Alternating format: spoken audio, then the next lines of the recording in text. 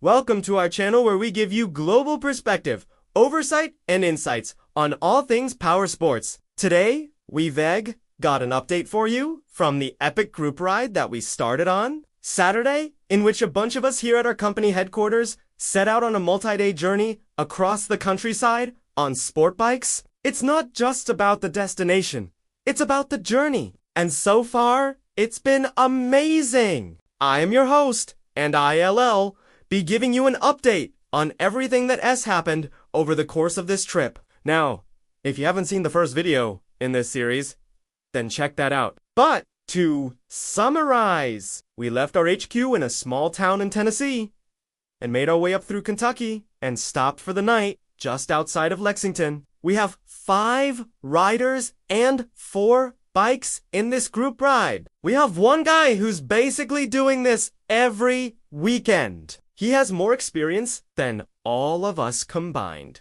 And then we have 2 people who are seasoned sport bike riders but have never done anything like this before. And then we have 2 people who are new to sport bikes altogether. Now, today is day 2 of the group ride. We woke up bright and early, got everybody fed, and ready to roll. The plan was to make it down to Charleston, West Virginia for the night. The roads were beautiful. We had just a little bit of rain overnight, so the twisties were flowing nicely and everybody was getting plenty of seat time. And of course, when you're going to be on the road for several days, you gotta make sure you take care of your body. We took plenty of breaks, stretched our legs, got some fresh air, and just enjoyed the scenery because even though we're on sport bikes, we're still taking it nice and slow, especially with the group that we have. One thing that was really nice about this trip was that since the guys in front could see the road better, they could see what was coming up, whether it was a stop sign or something like that.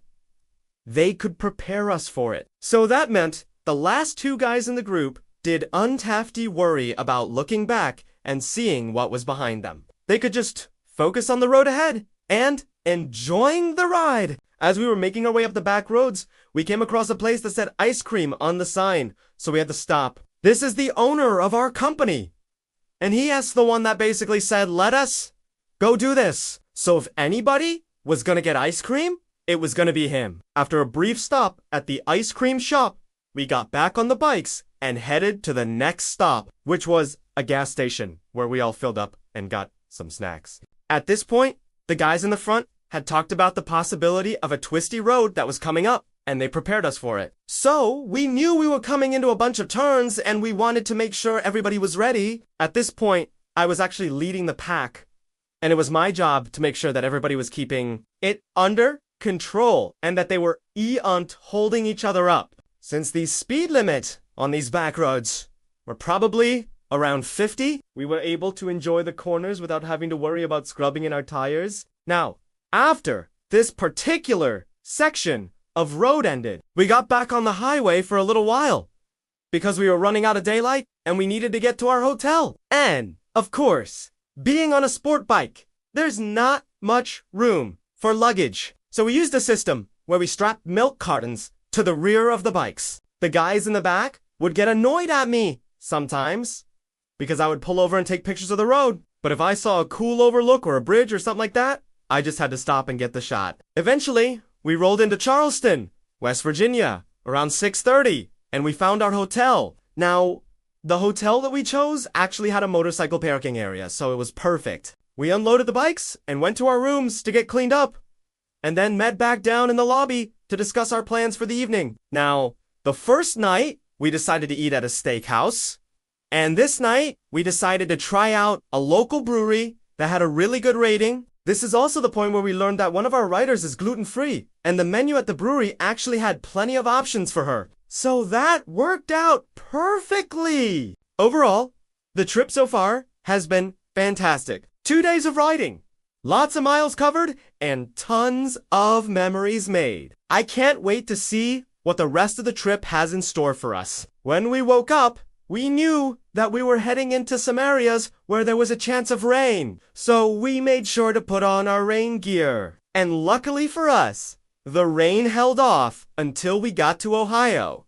Once we got to Ohio, the sky opened up and we had a good downpour for about 30 minutes. But that meant that the roads were nice and grippy. And since we were already wet, we might as well have just put our heads down and made it to our next stop, which was another gas station. When we got to the gas station, we took the opportunity to take off our rain gear and dry ourselves off a little bit. And then we got back on the bikes and headed towards our next stop, which was a place called the Dragon's Tooth. The Dragon S Tooth is a pretty popular place among motorcyclists because it got some great views and there a little restaurant there. So once we got there, we got some lunch, sat outside, enjoyed the view, and watched some other bikers come through. Once we finished up at the Dragon's Tooth, we headed towards our final destination, which was Hocking Hills State Park. When we got to the park, we checked into our cabins and unloaded our stuff. Now, unlike the hotel the night before, this place didn't have any motorcycle parking. So we had to kind of hide our bikes around back. We spent the night at the cabin, just relaxing, playing cards, and enjoying the company. On the way out of the park the next morning, we noticed that the sky was looking a little dark again. So we threw on our rain gear and headed out. We didn't want to get caught in the rain, so we pushed it a little bit and got to the next gas station, which was also a McDonald's.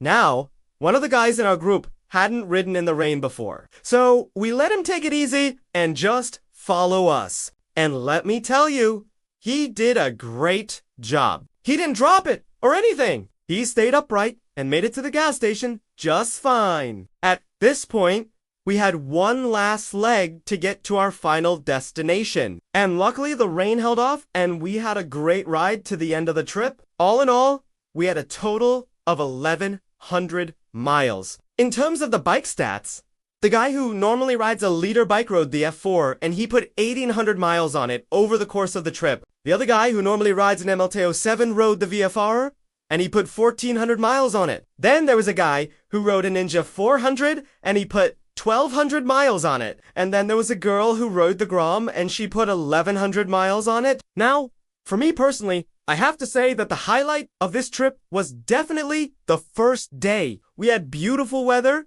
beautiful roads, and we just had a blast. The second day was a little rougher because of the rain, but we made it work and we had fun anyway. And then the third day was a little bit shorter, but it was still enjoyable. Overall, I'd say that this was a great success for our first group ride. We had some close calls, but nothing major.